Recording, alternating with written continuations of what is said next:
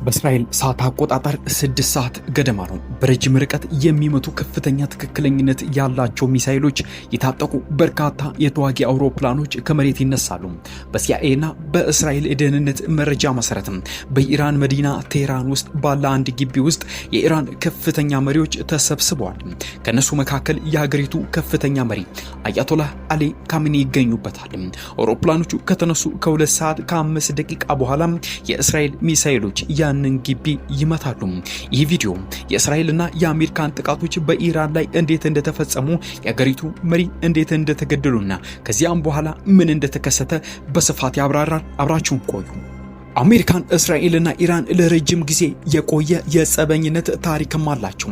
እስከ 1979 ድረስ ኢራን በሼህ ሙሐመድ ሬዛ ፓህላቪን የሚመራ አምባገነናዊ ንጉሳዊ ስርዓትም ነበራትም። ሼሁ በአሜሪካን ይደገፉም ነበር።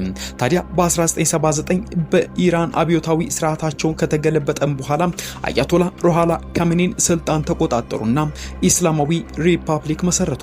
ኢራን በእስላማዊ ህግ የምትተዳደር አገርን ለማድረግ ቆርጠው ተነሱ።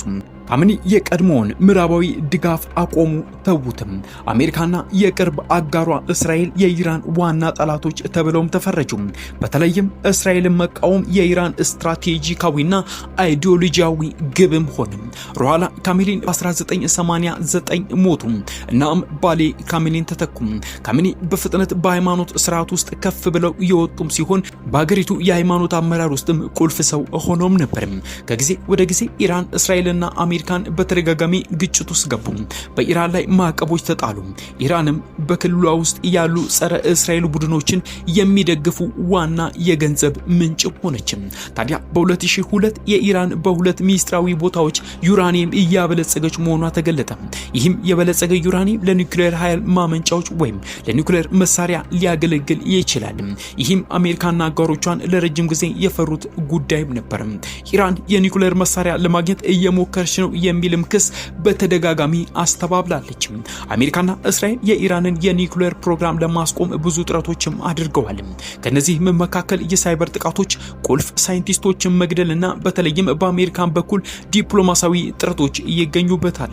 ታዲያ በ2015 የፕሬዝዳንት ባራክ ኦባማ አስተዳደርና የኢራን መንግስት በኒውክሌር ስምምነት ላይ ተስማምተዋል። ኦባማ እንዲህ ብለውም ነበር፣ ይህ ጥሩ ቀን ነው፣ ጠንካራ የአሜሪካን ዲፕሎማሲ ምን ሊያሳካ እንደሚችል እንደገና እያየን ነው ብለውም ነበር። በዚህ ስምምነት መሰረትም ኢራን የኒውክሌር ቦምብ እንዳታገኝ ተደርጓል ተብሎ የታመን ነበር። ነገር ግን በ2018 ፕሬዝዳንት ዶናልድ ትራምፕ ከስምምነቱ ወጡ። ትራምፕ እንዲህ አሉ፣ ይህ አስከፊ አንድ ወገን ብቻ የሚጠቅም ስምምነት ነበር፣ በፍጹም መፈረም የሌለበት። ከዚህ ጀምሮ ግንኙነቶች የበለጠ ተወጠሩ። ታዲያ በ2025 አዲስ ድርድሮች በሚካሄዱበት ወቅትም እስራኤልና አሜሪካን በባንከር ባስተር ቦምቦችን በመጠቀም በኢራን ላይ ተከታታይ የአየር ጥቃቶችን ፈጸሙ። 3 የኢራን የኒውክሌር ተቋማት ከባድ ጉዳት ደረሰባቸው። በዚያው ዓመት ኢራን ወደ ከፋ የኢኮኖሚ ቀውስ ገባች። ገንዘቧ ዋጋ አጣ። የምግብ ዋጋ እጅግ ከፍ አለ። ህዝቡም ተበሳጨ። በ2025 መጨረሻ በመላ ሀገሪቱ ሰፊ ሰልፎች ተቀሰቀሱ። ሰላማዊ ሰልፎችና አመጾች ኢስላማዊ ሪፐብሊኩ መጨረሻ እንዲመጣም ጠየቁ። ትራምፕ የኢራን ህዝብ በመንግስቱ ላይ እንዲነሳ ጥሪ ያቀረቡ፣ አሜሪካንም በመንገድ ላይ ናት ሲሉ ቃል ገቡ። ነገር ግን መንግስት ተቃዋሚዎችን በጭካኔ ያፈነ። በመላ ሀገር የኢንተርኔት አገልግሎት ተቋረጠ። ለቀናት ምንም የሚባል ዜና ከሀገር አልወጣም ነበር። በመጨረሻም ሺዎች ሰዎች ተገደሉ፣ 50 ሺህ ያህል ደግሞ ታሰሩ። ከዚያም በኋላ አሜሪካን በክልሏ ውስጥ የጦር ኃይሏን ማጠናከር ጀመረች። ፕሬዝዳንት ትራምፕም ኢራንን በተደጋጋሚ ያስጠነቀቁም ነበር። ታዲያ ሐሙስ የካቲት 26 ቀን በጄኔቫ መካከል የመጨረሻ የዲፕሎማሲ ጥረት ተደረገ፣ ግን ውጤት አላመጣም። በዛው ሳምንት ቅዳሜ የካቲት 28 ቀን ጠዋት 9 ሰዓት ከ40 ገደማ በቴህራን በሚገኝ የመንግስት ግቢ ውስጥ የኢራን ፕሬዝዳንት ቢሮ፣ የብሔራዊ ደህንነት ምክር ቤትና የከፍተኛ መሪው ቢሮ እንዳሉ ይነገራል። ከ2025 ጀምሮ አሜሪካን አያቶላ አሊ ካሚኒ እና የኢስላሚክ ሪቮሉሽነሪ ጋርድ ኮርፕስ ወይም IRGC አመራሮች እንዴት እንደሚገናኙና እንደሚንቀሳቀሱ ዝርዝር መረጃ አግኝታም ነበር። CIA ካሚኒን ለወራት ተከታትሎም ነበር። የሚገኙበት ቦታ ካርታ ላይ አስቀምጠው እንቅስቃሴ ልምዶቻቸውን አጥንተውም ነበር። አሜሪካና እስራኤል መጀመሪያ ጥቃቱን በሌሊት ለመፈጸም አስበውም ነበር። ነገር ግን እድሉ እንዳያመልጣቸው የጥቃቱን ሰዓት ቀየሩት። በድንገት የእስራኤል ሚሳኤሎች ህንጻውን መቱ። በጥቃቱም ጊዜ በአንድ ህንጻ ውስጥ በርካታ የብሔራዊ ደህንነት ኃላፊዎችም ነበሩ። በሌላው ውስጥ ደግሞ ከፍተኛ መሪ ካሚኒ እንዳሉ ተነግሯል። ከጥቃቱ በኋላ የሳተላይት ምስሎች በህንጻው ላይ የከባድ ጉዳት መድረሱን አሳይተዋል። ጥቁር ጭስ ወደ ላይ ይወጣም ነበር ሲሉ ተደምጠዋል።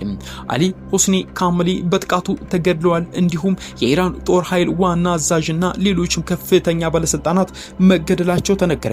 በእስራኤል ሚዲያ ዘገባዎች መሰረትም በመጀመሪያው ጥቃትም 30 ከፍተኛ የኢራን ባለስልጣናት በ30 ሰከንድ ውስጥ ተገድለዋል አሉ።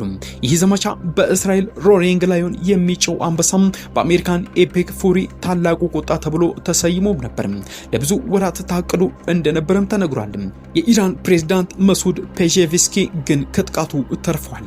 የብሔራዊ ደህንነት ምክር ቤት ጸሐፊ አሊ ላርጃኒ ኢራን መልስ እንደምትሰጥ ቃል ገብተው የመንግስት ስራ እንደሚቀጥል አረጋገጡ። በመንግስት ግቢው ላይ የተፈጸመው ጥቃት የኦፕሬሽኑ አንዱ ክፍል ብቻም ነበር። ከዚያም በኋላ እስራኤል በተለይ በቴሄራን ዙሪያ ያሉ የኢራን የኃይል መከላከያ ስርዓቶች ማጥፋቷን ተነገረ። በሶስተኛው የጥቃት ማዕበል ውስጥም እስራኤል 200 ያህል የተዋጊ አውሮፕላኖችን ወደ ኢራን አስገባች። ዓላማው የኢራንን ሚሳኤሎች በተቻለ ፍጥነት ማውደምም ነበር። አሜሪካም በኢራን አመራር ላይ ከተፈጸመው ጥቃት ከ30 ደቂቃ በኋላ ተሳትፏን ቀጠለች። ታዲያ የአሜሪካን ጥቃቶች በዋናነት በምስራቃዊ ኢራን ላይ ያተኮሩም ነበሩ። እንዲሁም የኢራን የባህር ኃይል ላይ ጥቃትም መፈጸማቸው ተገለጸ። የአሜሪካን የጦር መርከቦች ሚሳኤሎችን ተኩሰዋል። የመሬት ጦር ኃይሎች የሮኬት ስርዓቶችን ተጠቅመዋል። በቴህራን ያሉ በርካታ ወታደራዊ የትዕዛዝ ማዕከላት በእስራኤል የአየር ጥቃት ተመቱ። በመላው ኢራን ውስጥም ተጨማሪ ፍንዳታዎች ተመዝግበዋል። ከዚያም በኋላ ትራምፕ ወታደራዊ ዘመቻውን በይፋ የሚያሳውቅ ቪዲዮ አውጥተው የኢራን ህዝብ መንግስታቸውን እንዲቆጣጠሩ ጠይቋል።